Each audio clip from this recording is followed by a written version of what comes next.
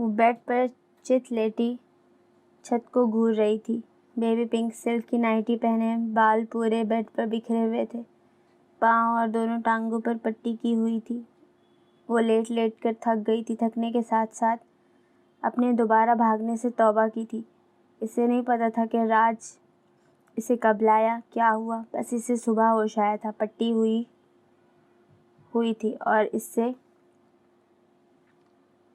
چلا نہیں جا رہا تھا۔ تکلیف الگ، اسے یہ غم کھائے جا رہا تھا کہ وہ ایک دفعہ پھر کسی کی محتاج ہو کر رہ گئی تھی۔ جولی اس کے ساتھ ہی ہوتی تھی ہر وقت۔ اس کے بعد سے اس نے ابھی تک راج کو نہیں دیکھا تھا۔ جولی اسے روم میں ہی کھانا لا دیتی تھی، وہ بس کمرے میں ہی رہتی تھی۔ ہفتہ گزر گیا تھا، زیادہ تو نہیں مگر کسی حد تک درد کم تھا۔ کمفرٹر خود سے اتارتی وہ اٹھ کر بیٹھی تھی۔ گلاس وال سے اس نے باہر دیکھا، وہاں کوئی بھی نہیں تھا۔ جولی بھی نہ جانے کدھر تھی۔ بال اس نے بیزاری سے پیچھے کیے تھے۔ ایک نظر پاؤں پر ڈالنے کے بعد وہ اٹھی تھی، پاؤں سے ٹیس سی اٹھی تھی مگر وہ اگنور کر گئی تھی۔ چھوٹے چھوٹے قدم اٹھائے وہ دروازے کی طرف بڑھی تھی۔ دروازہ کھلتا چلا گیا تھا۔ کہیں دل میں وہ سوچ رہی تھی کہ شاید اب راج دروازہ بند ہی رکھے، مگر دروازہ کھلا دیکھ کر وہ خوش ہوئی تھی۔ ایک طائرانہ نظر چاروں طرف ڈالتے وہ آگے بڑھی تھی۔ پاؤں میں درد تو ہو رہا تھا مگر وہ کمرے میں رہ کر اب تنگ ہو گئی تھی۔ جبھی سبھی بھلائے وہ گھوم رہی تھی۔ اسے راج ولا آئے مہینہ ہونے کو تھا مگر وہ آج پہلی بار کمرے سے باہر گھوم رہی تھی۔ اسے راج نے منع تو نہیں کیا تھا مگر وہ پھر بھی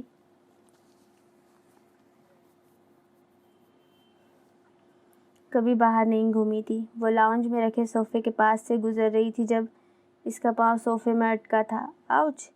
سسکی بھرتی وہ نیچے ہی بیٹھتی چلی گئی۔ دائیں پاؤں کو اس نے بائیں ٹانگ پر رکھے وہ اپنے پٹیوں سے جکڑے پاؤں کو دیکھ رہی تھی۔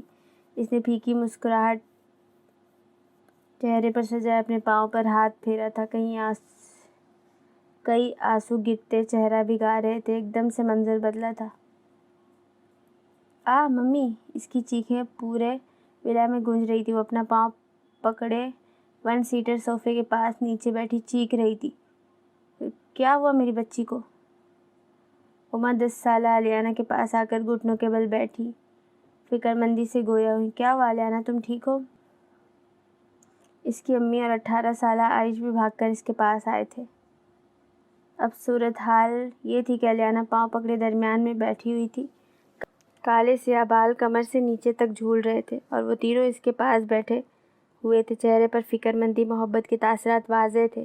وہ تو ان کی ننھی سی جان تھی، ان سب کی جان بستی تھی اس نازک سی مومی گڑیا میں۔ اسے تکلیف میں دیکھ کر درد انہیں محسوس ہو رہا تھا۔ مجھے درد ہو رہا ہے، الیانا نے روتے ہوئے پاؤں کی طرف اشارہ کرتے ہوئے کہا۔ کچھ نہیں ہوتا بچے، ابھی ٹھیک ہو جائے گا۔ عائش، تم اسے سہارا دے کر بیڈ پر بٹھاؤ اور تم جا کر ہلدی والا دودھ لاؤ اور کوئی زخم پر لگانے کے لیے دوا بھی لاؤ۔ میری بچی تکلیف میں ہے۔ اوما نے پہلے عائش کو دیکھتے اور پھر میرب سے کہتے الیانا کے چہرے سے بال پیچھے کیے تھے۔ عائش نے سہارا دے کر الیانا کو بیڈ پر بٹھایا تھا۔ میرب جا چکی تھی۔ کیا یار الیانا، تم دیکھ کر کیوں نہیں چل رہی تھی؟ دیکھو، پاؤں پر لگوا کر بیٹھ گئی ہو، عائش نے الیانا کو دیکھتے غصے اور فکر مندی سے بولا تھا۔ ہاں بیٹا، کیوں دھیان نہیں دیا؟ اوما اس کے پاس بیڈ پر بیٹھتی اس کا پاؤں گود میں رکھتی بولی تھی۔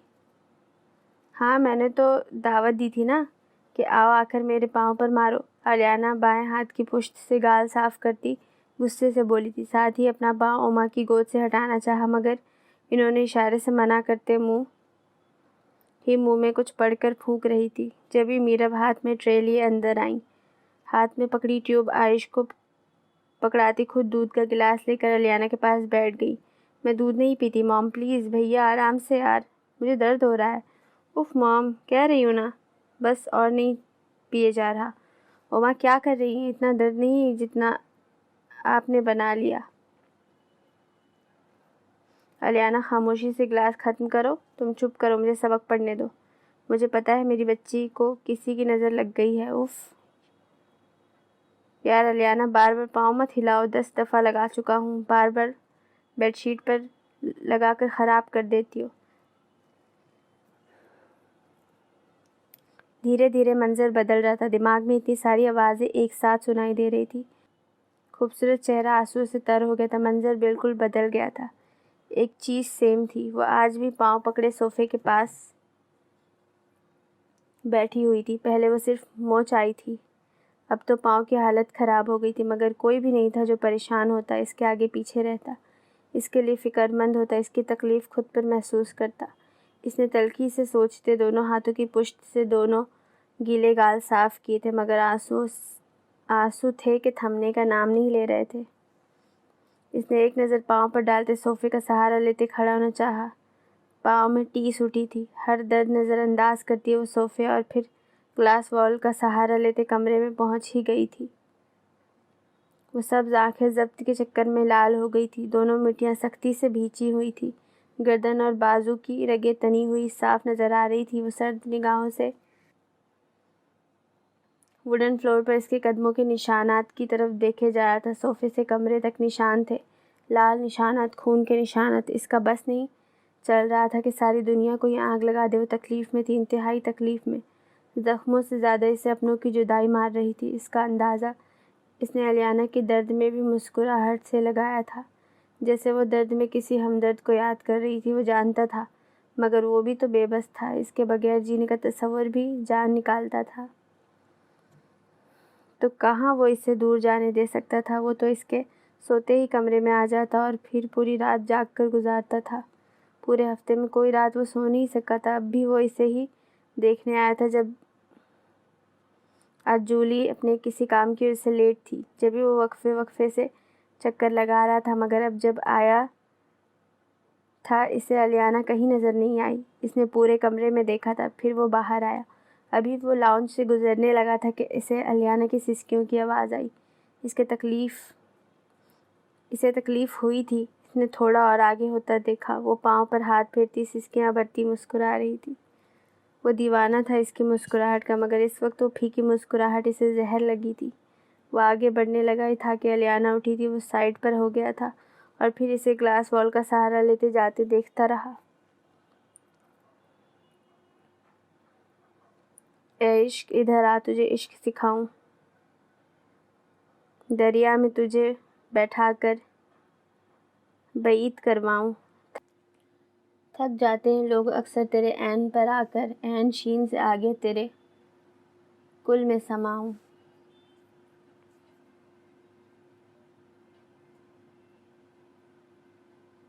اے عشق، تیرا عشق ہوں، آ سنگ تو میرے، سینے سے لگا کر تجھے سرمست بناؤں۔ تو جھوم اٹھے دیکھ کر دیوانگی میری، آوجد کی حالت میں تجھے رقص دکھاؤں۔ یلو ٹو پیس کے نیچے وائٹ پلین شرٹ پہنے، وائٹ ہی ہائی ہیل شوز پہنے، بالوں کو درمیان سے مانگ نکالے، کانوں کے پیچھے کیے، گرین سرد خوبصورت آنکھوں کو گوگلز کے پیچھے چھپائے وہ گاڑی سے باہر نکلی تھی۔ دروازہ لاک کرتے، اس سے سرد سانس ہوا کے سپرد کرتے، الٹے ہاتھ سے گوگلز اتارتے، سامنے ریسٹورنٹ دیکھا تھا۔ رات کی سیاہی پھیل رہی تھی، لائٹس ہر جگہ روشن ہو گئی تھی۔ رش بڑھتا جا رہا تھا، کافی بڑا فیمس ریسٹورنٹ تھا۔ کوئی گاڑیوں میں بیٹھ رہے تھے، کوئی اتر رہے تھے، لڑکے لڑکیاں مسکراتے ہوئے اپنے میں گم تھے۔ اسے یہ منظر بھی بہلا نہیں سکا تھا۔ ایک آخری نظر چاروں طرف ڈالتے اس نے قدم اندر کی طرف بڑھائے تھے۔ اندر بھی رش تھا، مگر بس اپنی اپنی جگہ بیٹھے ہوئے تھے۔ وہ ایک خالی ٹیبل پر جا کر بیٹھ گئی تھی، چہرے پر بیزاری کے تاثرات واضح تھے۔ ابھی اسے انتظار کیے 5-10 منٹ ہی ہوئے تھے کہ داخلی دروازے سے اسے وہ اندر آتا دکھائی دیا۔ وائٹ جینز شرٹ پر آف وائٹ جیکٹ پہنے، بالوں کو ماتھے پر گرائے شاہانہ چال چلتا وہ اندر داخل ہوا تھا۔ گوگلز اتارتے اس نے چاروں طرف دیکھا، اس کی نظر ایک طرف ٹھہر گئی تھی، چہرے پر دل فریب مسکراہٹ سی چھا گئی۔ وہ مسکراتا ہوا اس کے پاس آتا چیئر کھسکاتا بیٹھا تھا، نظروں کا مرکز صرف ہیر تھی۔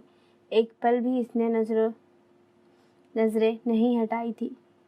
ہائے کیسی ہو ہیر، کارلوس نے ہیر کو دیکھتے خوش دلی سے کہا تھا۔ میں یہاں حال احوال پوچھنے بتانے نہیں آئی ہوں، تو جو بات ہے وہ کرو۔ میرا وقت اتنا فضول نہیں ہے کہ تم پر برباد کرتی پھروں۔ ہیر نے دونوں ہاتھ کانچ کے ٹیبل پر رکھتے سپاٹ انداز میں کہا۔ کارلوس نے سختی سے لب بھینچے تھے۔ جتنا وہ نرمی سے پیش آنا چاہ رہا تھا وہ اتنا ہم اسے غصہ دلا رہی تھی۔ ایک آفر ہے تمہارے لیے، تمہیں چاہتا ہوں اس لیے پریشان نہیں دیکھ سکتا۔ کارلوس نے سرد سانس ہوا کے سپرد کرتے سنجیدگی سے ہیر کی آنکھوں میں جھانکتے کہا۔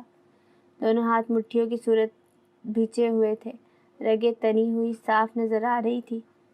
ہاں آفر، محبت، تم، میں، لائک سیریسلی؟ پہلے اس کی بات پر کہکہا لگاتے پھر طنزیہ لہجے میں کہا تھا۔ سبز آنکھوں میں حقارت سے کے ساتھ ساتھ نفرت بھی واضح تھی۔ اس سے شدید نفرت تھی، اس کی ذات سے، اس کی بات سے، اس سے جڑی ہر ایک شے سے اسے نفرت تھی۔ کارلوس خاموشی سے اسے دیکھتے گیا تھا۔ اس کے لہجے میں طنز، اس کی آنکھوں میں حقارت سے زیادہ تکلیف اسے اس کی خوبصورت سبز آنکھوں میں موجود نفرت سے تکلیف ہوئی تھی۔ کافی لمحے خاموشی کے نظر ہو گئے۔ ہیر بیزاری سے باہر کی طرف دیکھ رہی تھی، جبکہ وہ چہرے پر اذیت بھری مسکراہٹ لیے اس کو دیکھ رہا تھا۔ کہاں خوب محبت ہوئی تھی، دل نے کہیں کہا تھا کہ وہ اس کے لیے بنی ہی نہیں ہے، وہ اس کا نصیب ہی نہیں ہے، مگر محبت کے لیے وہ قسمت تک سے لڑنا چاہتا تھا، وہ کسی بھی حد تک جانا چاہتا تھا۔ بس اسے ہیر چاہیے تھی، اس کا پیار چاہیے تھا۔ ایک دفعہ سن لو۔ ڈیسیژن آن یو، کارلوس نے بالکل سپاٹ انداز میں کہا تھا۔ نظروں کا مرکز وہی دشمن جاں تھی۔ Okay hurry up, I am getting late, ہیر نے اس کو دیکھتے سرد لہجے میں کہا۔ وہ جانتی تھی اس نے کوئی بکواس ہی کرنی تھی۔ میری ہو جاؤ، یقین مانو، بس بھول جاؤں گا، کوئی بدلہ نہیں، کوئی نفرت نہیں، بس میری ہو جاؤ، کارلوس نے کسی امید کے تحت کہا تھا۔ جواب تو جانتا تھا، مگر نہ جانے کیسی امید تھی، وہ بول گیا تھا۔ ہیر نے چونک کر اس کی طرف دیکھا، اس کے لہجے میں موجود التجا۔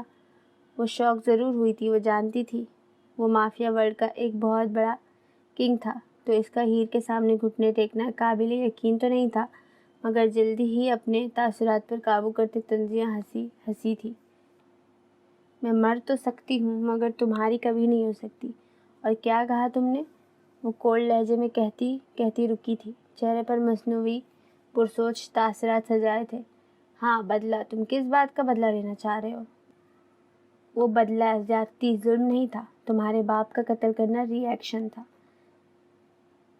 جب تمہارے باپ نے ہماری آنکھوں کے سامنے ہمارے باپ کو مارا، پھر ہمارے بھائی اور پھر ماں، تمہارے باپ کی ایک جان لی، 3 جانوں کے بدلے۔ دیکھا جائے تو وہ جانوں کا بدلہ رہتا ہے، ہیر نے بمشکل خود پر ضبط کرتے دھیمے مگر سخت لہجے میں کہا تھا۔ سبز آنکھیں لہو چھلکانے لگ گئی تھی۔ وہ سب باتیں آریان، مام، ڈیڈ کو یاد کرتے دل میں ایک ٹیس سی اٹھی تھی۔ یہ آفر قبول نہیں تو ٹھیک ہے، ایک اور آفر ہے میرے پاس، قابل قبول بھی ہے، وہ مان لو، میں پیچھے ہٹ جاؤں گا۔ اس کی بات کو اکثر نظر انداز کرتا اپنی بات کہہ گیا تھا۔ وہ بات الگ تھی کہ ہیر سے اتنا کچھ سنتے وہ چونکا ضرور تھا۔ وہ سب حقیقت صحیح تو نہیں جانتا تھا کہ کیا ہوا تھا کیا نہیں، وہ تو بس اپنے باپ کے قتل کا بدلہ چاہتا تھا، اپنی ماں کی موت کا دکھ جو غصہ بن کر خون میں دوڑنے لگا تھا، اس کو شانت کرنا چاہتا تھا۔ مگر ہیر کے منہ سے سچائی جان کر کچھ پل ٹھٹکا تو ضرور تھا، مگر اپنے تاثرات پر قابو پا لیا تھا۔ اس بات کا بعد میں کنفرم کرنے کا سوچتے وہ اپنے مطلب کی بات اس کو بولا تھا۔ ہماری آنکھیں تجھے دیکھنے کی عجلت میں بہت سے خاص مناظر کو چھوڑ آئی ہیں۔ ہیر نے تعصب سے اس ڈھیٹ کو دیکھا تھا، جو کافی حد تک وہ خود پر قابو پا گئی تھی۔ ٹیبل سے پانی کا گلاس اٹھاتے اس نے لبوں سے لگایا تھا، ساتھ ہی اشارے سے اس کو بات جاری کرنے کا بھی کہا تھا۔ تم اس عائش دورانی سے دور رہو گی، بالکل دور، اس کے بارے میں کچھ سوچو گی بھی نہیں، اس کے بارے میں ہی نہیں، صرف کسی اور کے بارے میں بھی، اور ڈانسنگ بھی نہیں کرو گی، اور بس اتنا جھک گیا ہوں، آگے خود کو بچانے کے لیے تمہیں جھکنا ہی پڑے گا۔ کارلوس اسے دیکھتا جنونیت سے بولا تھا۔ پانی پیتے پیتے ہیر کو اچھو لگ گیا تھا۔ کھانستے ہوئے اس نے گلاس ٹیبل پر رکھتے ٹیشو سے منہ صاف کرتے ہونکوں کی طرح اسے دیکھ رہی تھی، جو نہ جانے کیا اناپ شناپ بولے جا رہا تھا۔ زیادہ حیرت تو اس سے عائش سے دور رہنے کی بات سن کر ہوئی تھی۔ تم جانتے بھی ہو تم کیا بکواس کر رہے ہو؟ تم ہوتے کون ہو؟ Who are you, man? Who are you to say me that? ہیر نے حیرت اور غصے کے ملے جلے انداز میں کہا، جانتا ہوں کیا کہہ رہا ہوں، تم سے دور تمہارے لیے تو ہو سکتا ہوں، مگر تمہیں تمہارے ہی لیے اس عائش کے ساتھ نہیں دیکھ سکتا، اور یہ تمہیں ہر حال میں ماننا ہوگا۔ کارلوس نے اسے دیکھتے سپاٹ انداز میں کہا۔ عائش کے ذکر پر اس کے لہجے میں بے پناہ نفرت سی در آئی تھی۔ اور اگر نہ مانوں تو؟ ہیر نے قدرے جھک کر اس کی سیاہ آنکھوں میں اپنی سبز آنکھیں ڈالتے چیلنجنگ انداز میں کہا، آواز پر اصرار مدھم سی تھی۔ Then get ready for revenge, and believe me, it's too adventurous for you and your family, including Aish Durrani and his family. And one thing more, don't take me so light. Carlos بھی تھوڑا سا table پر جھکتا اس کے لہجے میں بولا تھا، صفاق ہر جذبات سے عاری لہجہ۔ I'm waiting, and believe me, I am so excited for planning a game like life or death. I will enjoy it. It's gonna fun. پوری اصرار سی مسکراہٹ چہرے پر سجائے سرسری سے انداز میں اس کی آنکھوں میں دیکھتی بولی، آواز مدھم سی تھی۔ As you wish, but trust me, you will not enjoy it properly, because I will play this game on your people and you will not enjoy it as I will enjoy, because I have no weakness. Carlos اس کے پل پل بدلتے رنگ کو دیکھتا طنزیہ انداز میں کہتا، پاؤں سے کرسی پیچھے کرتا کھڑا ہوا تھا۔ Just wait and watch, then pray, my love. اس کی طرف دیکھتا بولتا باہر نکل گیا تھا۔ ہیر کی نظروں نے اس کے گم ہونے تک اس کا پیچھا کیا تھا۔ اس کے خوبصورت چہرے پر پریشانی سی چھا گئی تھی۔ وہ اپنے پر تو کچھ بھی سہ سکتی تھی، مگر اپنے اس کی کمزوری تھے جو کہ کارلوس کے نہیں تھے۔ وہ تو کہیں کمزور نہیں تھا۔ عالیہ اور فیض کے ایکسیڈنٹ کے بعد وہ ویسے بھی ڈر سی گئی تھی۔ کچھ سوچتے اپنا موبائل اور پرس اٹھاتی، گوگلز آنکھوں پر لگاتے وہ بھی باہر کی طرف بڑھی تھی۔ کھاتا جا، حالات کے پتھر خود راحت ہو جائے گی، دوران زخم اذیت دیں گے، پھر عادت ہو جائے گی۔ وہ نینا کے پاس سے آتا اپنی گاڑی کے پاس کھڑا ہوا تھا۔ سب سرد آنکھیں لہو ٹپک رہی تھی۔ لب بھیچے وہ گاڑی کھولتا گاڑی میں بیٹھے گاڑی زن سے بھگا کر لے گیا تھا۔ اسٹیئرنگ پر گرفت انتہائی سخت تھی۔ اس نے ایک جھٹکے سے گاڑی روکی تھی۔ سارا روڈ ویران تھا۔ اس کی گاڑی کے عین سامنے ایک گاڑی اور اس کی گاڑی کے آگے پیچھے ہیوی بائکس تھی، جن کا شور 400 پھیلا ہوا تھا۔ روجر نے کوفت سے سامنے دیکھا۔ وہ اس وقت تنہائی چاہتا تھا، کسی سے بھی نہیں الجھنا چاہتا تھا۔ وہ لب بھیچے سرد سبز آنکھوں سے سامنے دیکھے جا رہا تھا۔ دماغ پہلے سے ہی خراب تھا۔ اس نے گیئر لگاتے ریس پر پاؤں رکھتے فل سپیڈ سے گاڑی چلائی تھی۔ سامنے والے نے بھی شاید یہی عمل کیا تھا۔ جب ہی دونوں گاڑیاں فل سپیڈ میں بڑھ رہی تھی۔ جیسے ہی گاڑیاں قریب پہنچی، روجر نے فوراً موڑتے گاڑی آگے بڑھا دی تھی۔ مقابل گاڑی بیلنس برقرار نہ رکھنے کی وجہ سے درخت سے لگی تھی۔ ویران سی سڑک پر اب شور برپا ہوا تھا۔ روجر گاڑی آگے بڑھا رہا تھا۔ وہ بائکس مین نے اس کا رستہ روکنا چاہا، مگر وہ انہیں کچلتا آگے بڑھا تھا۔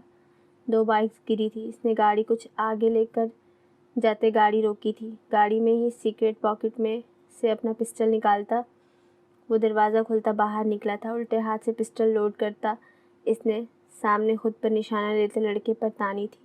اس لڑکے کے ساتھ ساتھ 2 اور لڑکے بھی اپنا پسٹل اٹھاتے اس پر تان چکے تھے۔ ان سب کے چہرے ماسک کے پیچھے چھپے ہوئے تھے۔ ٹھا ٹھا۔ اس سے پہلے ان میں سے کوئی فائر کرتا، اوپر پیچھے 3 فائر کرتے روجر نے تینوں کو زمین بوس کیا تھا۔ ان کے گرتے ہی روجر الٹا ہاتھ پسٹل پر پھیرتا پر اصرار سے مسکراتا ان کی طرف بڑھا تھا۔ ہاں البتہ اس کی سبز آنکھیں ہر تاثر سے آ رہی تھی، بالکل سپاٹ۔ وہ ان کے قریب آتا پسٹل میں موجود باقی گولیاں بھی ان میں اتار گیا جو زخمی تھی۔ اب وہاں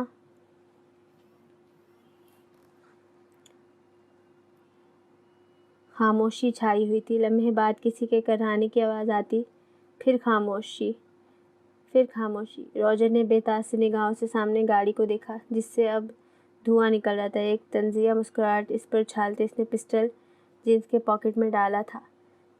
مجھ پر کون حملہ کروا سکتا ہے؟ کون ہے جو مجھے جانتا ہے؟ مجھے ہی یا پھر ہمیں، ہم تینوں کو؟ اس نے سامنے گاڑی کو دیکھتے خود ہی سے بڑبڑایا تھا۔ ماتھے پر کئی بل پڑ گئے تھے، لب بھیچے وہ ان لاشوں کو دیکھ رہا تھا۔ وہ جانتا تھا اگر ان میں سے کسی کو پکڑ بھی لیا تفتیش کے لیے تو وقت کی بربادی ہی ہوگی۔ پہلے کی طرح کوئی پکا کھلاڑی تھا جس کے بندے بھی سخت جان تھے، مرتے مر جاتے مگر زبان نہیں کھولتے تھے۔ ٹھا ٹھا۔ وہ گھٹنوں کے بل نیچے گرا تھا، پاؤں اور کندھے کے پاس اسے انتہائی درد محسوس ہوا تھا۔ اس نے تکلیف سے لب بھیچے، پہلے کندھے اور پھر پاؤں کی طرف دیکھا جہاں سے خون بہہ رہا تھا۔ وہ پیچھے مڑا دیکھنے کے لیے کہ کون تھا۔ اس کے دیکھنے سے پہلے ہی وہ شخص وہاں سے بھاگا تھا، پھر روجر اسے دیکھ چکا تھا۔ آنکھوں کے سامنے اندھیرا چھا رہا تھا۔ اس نے موبائل دیکھنا چاہا مگر اسے یاد آیا وہ تو گاڑی میں تھا۔ وہ اوندھے منہ گرتا چلا گیا تھا، منہ سے خون نکلتا چہرے سے ہوتا زمین پر لگ رہا تھا۔ بال چہرے پر آئے ہوئے تھے مگر دو سرد آنکھیں کھلتی بند ہوتی نظر آ رہی تھی۔ روجر نے آنکھیں کھولنی چاہی مگر وہ بند ہو رہی تھی۔ اس کی سانسوں کی طرح منہ سے خون نکلنا بند ہو گیا مگر اچھا خاصا خون ضائع ہو گیا تھا۔ بند ہوتی آنکھوں کے سامنے راج اور ریا کے چہرے آئے تھے، لب اور سختی سے بھینچ لیے تھے اور پھر ایک دلکش سا چہرہ ابھرا تھا۔ بیچے لب پھیل گئے تھے، ڈمپل نمایاں ہوتا پھر غائب ہوا تھا۔ حرکت کرتے ہاتھ تھم گئے، پہلے لب نارمل سے ہو گئے تھے، آنکھیں آخری دفعہ کھلتی بند ہوئی تھی۔ دلکش چہرہ آنکھوں کے سامنے سے بالکل ہی غائب ہوا تھا، جسم کے ساتھ ساتھ جیسے سانسیں بھی تھم گئی تھی۔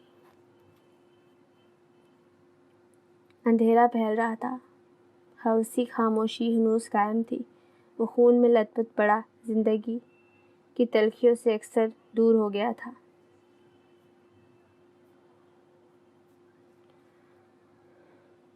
تو بہت روکے گی لیکن میں جدا ہو جاؤں گا زندگی، ایک روز میں تجھ سے خفا ہو جاؤں گا۔ آخری سیڑھی پر جا کر تو پکارے گی مجھے اور میں نیچے کھڑا تیری صدا ہو جاؤں گا۔ تو مصلے پر میری نیت تو باندھے گی مگر میں نماز عشق ہوں، تجھ سے قضا ہو جاؤں گا۔ چاہتوں کے دائرے میں آؤ دوڑے ایک ساتھ، تم نے مجھ کو چھو لیا تو میں تیرا ہو جاؤں گا۔ میں جسے کرتا رہا اپنی دعاؤں میں شمار، کیا خبر تھی میں اسی کی بددعا ہو جاؤں گا۔ بے وفائی کا دیا اس نے حسن تانا بھی مجھے، بے وفائی کا دیا اس نے حسن تانا مجھے، اور اب میں احتجاجاً بے وفا ہو جاؤں گا۔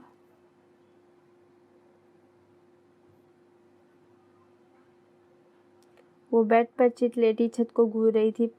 پٹی آج ہی اتروائی تھی ہاسپٹل جا کر، ہفتے سے زیادہ ہو گیا تھا وہ یونی نہیں گئی تھی۔ اب اسے یونی کی بھی ٹینشن لگی ہوئی تھی۔ اس کے بعد سے اس نے وائس سے بات تک نہیں کی تھی۔ وہ کوئی بات کرتا تو ہاں ہوں کا جواب دے دیتی ورنہ خاموشی سے اپنے موبائل یا پھر بکس لے کر بیٹھ جاتی۔ وائس نے اسے سوری تک نہیں کہا تھا، اسی بات کا دکھ تھا۔ وہ غلطی ہوتے ہوئے بھی غلطی نہیں مانتا تھا۔ شاید اسے اس سے زیادہ اپنی سو کالڈ انا عزیز تھی۔ سوچتے ہوئے اس کی آنکھیں نم ہو گئی تھی۔ سوگوار سے چہرے پر اذیت بھری مسکراہٹ بکھری تھی۔ اسے کبھی بھی مکمل محبت ملی ہی نہیں تھی۔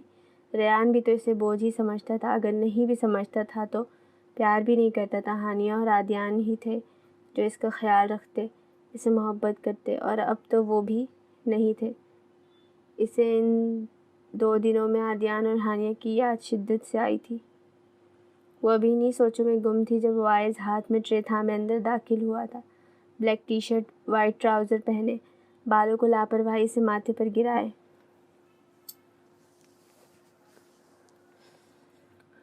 دونوں لبوں کو سختی سے ایک دوسرے میں بھینچے وہ کافی ہینڈسم لگ رہا تھا، مگر وجیح چہرے پر بکھرے سنجیدہ تاثرات دیکھ کر الیزے خشک پڑتے لبوں کو تر کرتی بمشکل اٹھ کر بیٹھی تھی۔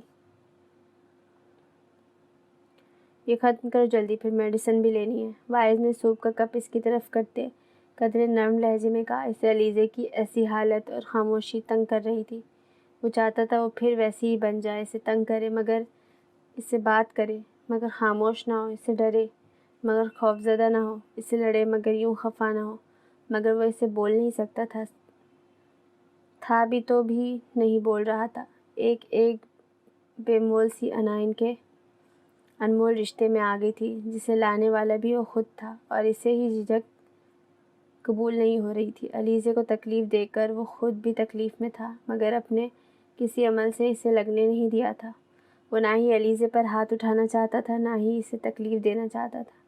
اس رات کو عالیہ اور فیض کے ایکسیڈنٹ کا سن کر وہ کافی پریشان ہو گیا تھا۔ وہ الیزے کو چھوڑ کر نہیں جانا چاہتا تھا مگر لے کر بھی نہیں جا سکتا تھا۔ پھر الیزے کی ضد دیکھ کر اس کا دماغ ہی خراب ہو گیا۔ بالکل ہی بے دھیانی میں اس کا ہاتھ اٹھ گیا۔ اسے تب ہی احساس ہو گیا تھا مگر تب جانا لازمی تھا۔ پھر وہ ہفتے تک واپس نہیں آیا۔ ایسا نہیں تھا وہ الیزے کو بھول گیا تھا، وہ ایشانی اپنی میڈ کو اس کے پاس چھوڑ گیا تھا اور اس سے الیزہ کے بارے میں بھی پوچھتا رہتا، مگر اس سب کی بھنک بھی الیزے کو نہیں لگنے دی تھی۔ شاید اسے ڈر تھا بے مول ہو جائے۔ اسے لگتا تھا وہ یہ جان کر کہ وہ اس کا سکون تھی، محبت ہی جان تھی، وہ یہ جان کر اسے بے جان نہ کر جائے۔ اسے اب ڈر لگتا تھا الیزے کو کھونے سے۔ وہ اگر لفظوں سے اظہار نہیں کرتا تھا تو وہ بھی تو اس کی آنکھیں نہیں پڑتی تھی۔ الیزے نے سوپ ختم کر کے باؤل وائس کی گود میں رکھی ٹرے میں رکھنے کی بجائے پٹکا تھا۔ وہ کب سے اسے یوں کسی گہری سوچ میں پڑا دیکھ رہی تھی۔ جلدی جلدی ختم کرتے کپ اسی لیے تیزی سے رکھا تھا کہ وہ ہوش میں آئے، اور ہوا بھی ایسا ہی تھا۔ وائز نے چونک کر پہلے کپ اور پھر الیزے کو دیکھا تھا۔ سوری، غلطی سے ہو گیا۔ اس کی نظریں خود پر دیکھتے ہی وہ جلدی سے بولی، مبادہ پھر کہیں غصہ نہ کر لے۔ ایک ہاتھ سے بال کان کے پیچھے کرتی واپس لیٹی تھی۔ میڈیسن، وائز نے ہاتھ میں پکڑی ٹیبلٹس کی طرف اشارہ کرتے کندھے اچکاتے ہوئے کہا۔ اب بھی دل نہیں کر رہا، میں بعد میں لے لوں گی، الیزے نے مسکین سی صورت بناتے ہوئے کہا۔ وائز پر اکتفا کرتا ٹرے لیے نکل گیا تھا۔ اس کے جاتے ہی الیزے نے ایک پرسکون سانس ہوا کے سپرد کی تھی، مگر یہ سکون کچھ ہی دیر کا تھا۔ وہ کچھ ہی پل میں واپس آ گیا۔ ہینڈل سے ٹال اتارتا، ہاتھ صاف کرتے واپس رکھتا بیڈ کی طرف آیا تھا۔ بیڈ کے پاس آ کر ایک نظر الیزے پر ڈالی جو سونے کی ناکام ایکٹنگ کر رہی تھی۔ ایک دل فریب سی مسکراہٹ اس کے چہرے پر پھیل گئی تھی۔ واپس مڑتا، کرٹن آگے کرتا وہ بیڈ پر آ کر لیٹ گیا تھا۔ ہاتھ بڑھاتے لیمپ آف کرتا الیزے کی طرف مڑا تھا، پھر دوسرے ہاتھ سے اسے بازو پکڑتے اپنی طرف کھینچا۔ اس کی پشت وائز کے کسرتی سینے سے لگی تھی۔ دونوں ہاتھ اس کے پیٹ پر باندھے وہ اسے سختی سے خود میں بھینچتا سکون سے آنکھیں موند گیا۔